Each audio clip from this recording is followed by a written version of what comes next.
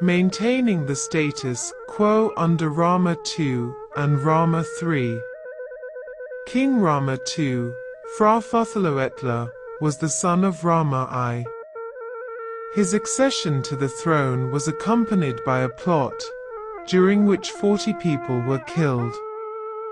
The calmness of the interior and the exterior, which during the reign of Rama II and his successor Rama III, Phra Nang Klau, prevailed mainly through giving in to conflicts and building good relations with influential clans in the country.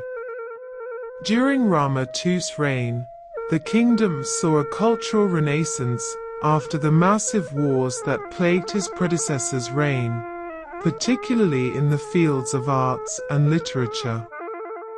Poets employed by Rama II included Sunthorn Fu the drunken writer, Phrafai Mani, and Narin Dibit, Nairat Narin.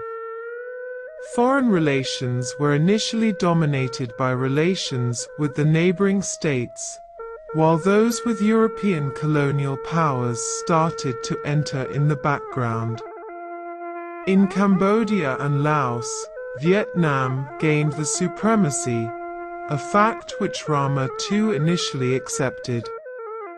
When a rebellion broke out in Vietnam under Rama III in 1833–34, he tried to subdue the Vietnamese militarily, but this led to a costly defeat for the Siamese troops. In the 1840s, however, the Khmer themselves succeeded in expelling the Vietnamese, which subsequently led to the greater influence of Siam in Cambodia. At the same time, Siam kept sending tribute to China. There was a serious touch with British colonial interests when Siam conquered the Sultanate Kedah on the Malay Peninsula in 1821. Kedah belonged to the sphere of interest of Great Britain. In the following year, Siam had to recognize the pre-conquest status after tough negotiations with the British envoy John Crawford. There was also the cautious resumption of trade and missionary activity in this epoch. In particular, British traders such as Robert Hunter, discoverer of the conjoined brothers Chang and Eng, the original Siamese twins, or James Hayes, but also missionaries from Europe and the United States like Jacob Tomlin, Carl Gutzlaff, Dan Beach Bradley and John Baptiste Palagoy became active in Siam. In 1825 an agreement was signed with British emissary Henry Burney. Siam recognized British colonial possessions on the Malay Peninsula and made commercial concessions. This agreement was due not least to the rapid British success in the First Anglo-Burmese War. A potentially dangerous event occurred with the Anuvong's rebellion in 1827, when the troops of the tributary King Anuvong of the Kingdom of Vientiane advanced towards Bangkok. They were, however, destroyed, which strengthened the position of Siam in Laos. The Lao population of the areas west of the Mekong were relocated to Thai provinces in ASEAN. Under Rama II and Rama III, culture, dance, poetry and above all the theatre reached a climax. The temple Wat Pho was built by Rama III, known as the first university of the country. The reign of Rama III was finally marked by a division of the aristocracy with regard to foreign policy. A small group of advocates of the takeover of Western technologies and other achievements were opposed by conservative circles, which proposed a stronger isolation instead. Since the kings Rama II and Rama III the conservative religious circles largely stuck with their isolationist tendency. The death of Rama III in 1851 also signified the end of the old traditional Siamese monarchy. There were already clear signs of profound changes, which were implemented by the two successors of the king. Modernization under Rama IV and Rama V, 1851 to 1910. When King Mongkut ascended the Siamese throne, he was severely threatened by the neighboring states. The colonial powers of Britain and France had already advanced into territories which originally belonged to the Siamese sphere of influence. Mongkut and his successor Chulalongkorn, Rama V, recognized this situation and tried to strengthen the defense forces of Siam by modernization to absorb Western scientific and technical achievements, thus avoiding colonization. The two monarchs who ruled in this epoch were the first with Western formation. King Mongkut had lived 26 years as a wandering monk and later as an abbot of Wat Bawanuet Vihara.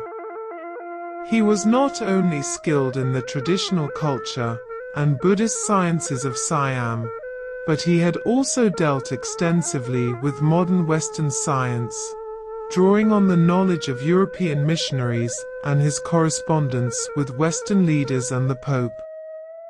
He was the first Siamese monarch to speak English.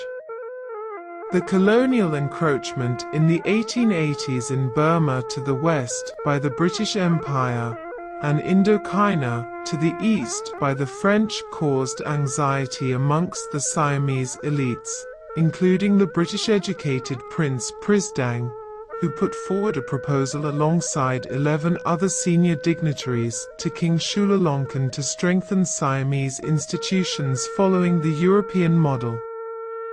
Some of these reforms reflect need to keep up with European Convention of Liberal Statecraft and justice to maintain legitimacy.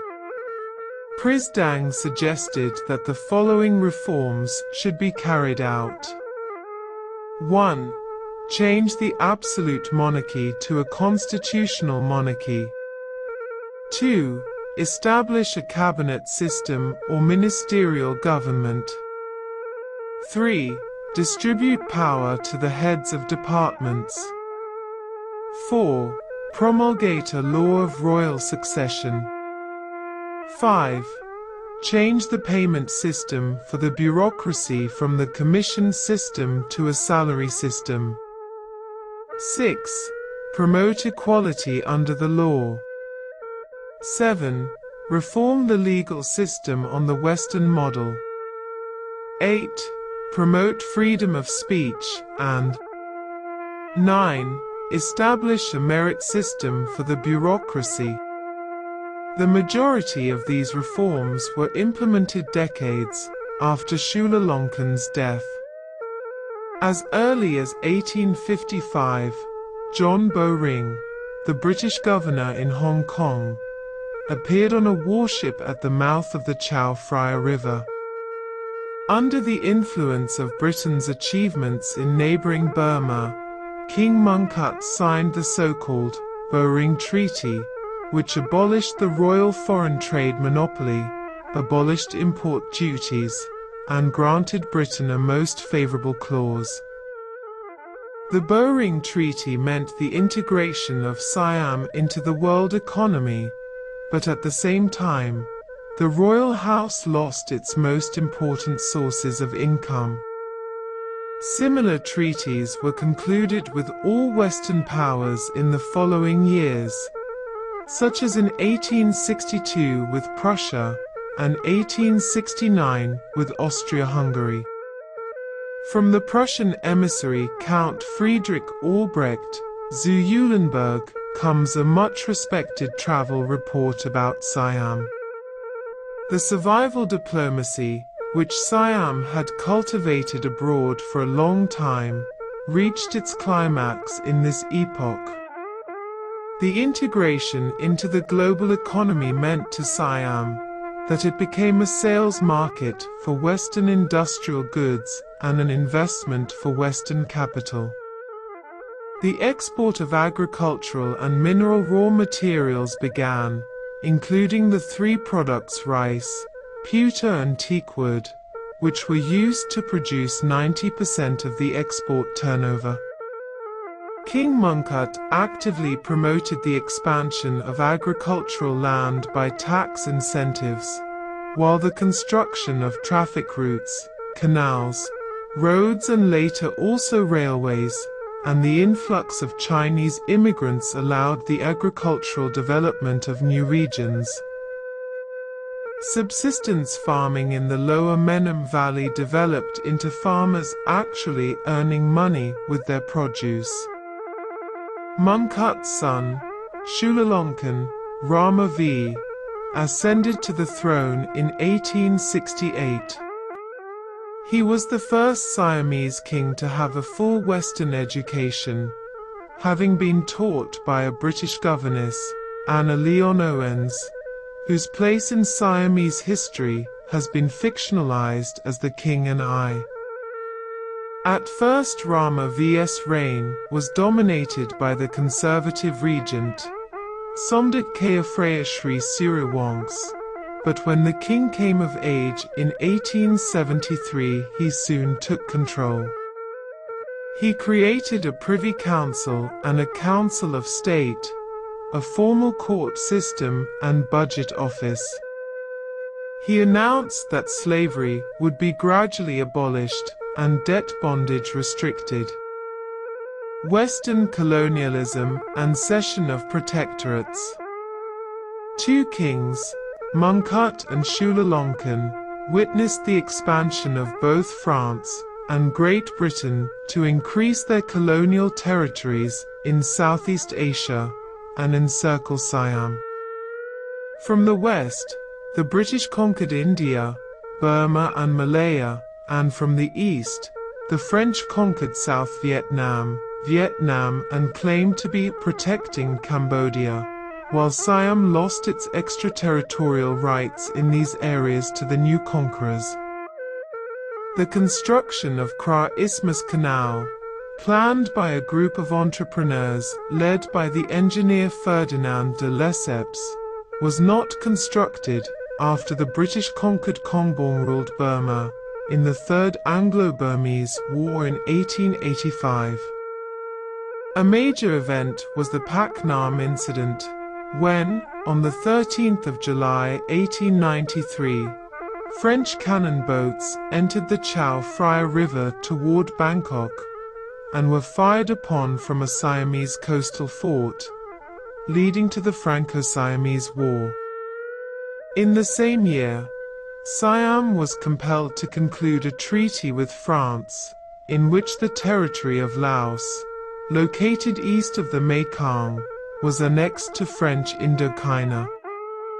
The French